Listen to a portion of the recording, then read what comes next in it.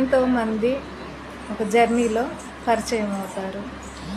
వాళ్ళకి తెలిసింది మనకు చెప్పడం జరుగుతుంది. వాళ్ళ గమ్యస్థానం అనేది వాళ్ళ ఊరు వచ్చింది, వాళ్ళు దిగిపోతారు. అటువంటి వ్యక్తులు మనకి ఎన్నో నేర్పుతారు. అదేవిధంగా మన జీవితంలో కొంతమంది పరిచయం అవుతారు. వాళ్ళే లైఫ్ అనుకుంటే మనం వెనక్కి పడిపోతాం. అదే మనల్ని మనం నమ్ముకొని ముందుకెళ్ళినప్పుడు జీవితంలో నువ్వు అనుకునింది నీ మనసుకు చెప్పుకొని విజయం కిరీటం పైన ఉండడం జరుగుతుంది. శత్రువులు వెనక్కి లాగుతున్నారంటే వాళ్ళు ఎప్పుడు వెనకే ఉంటారు.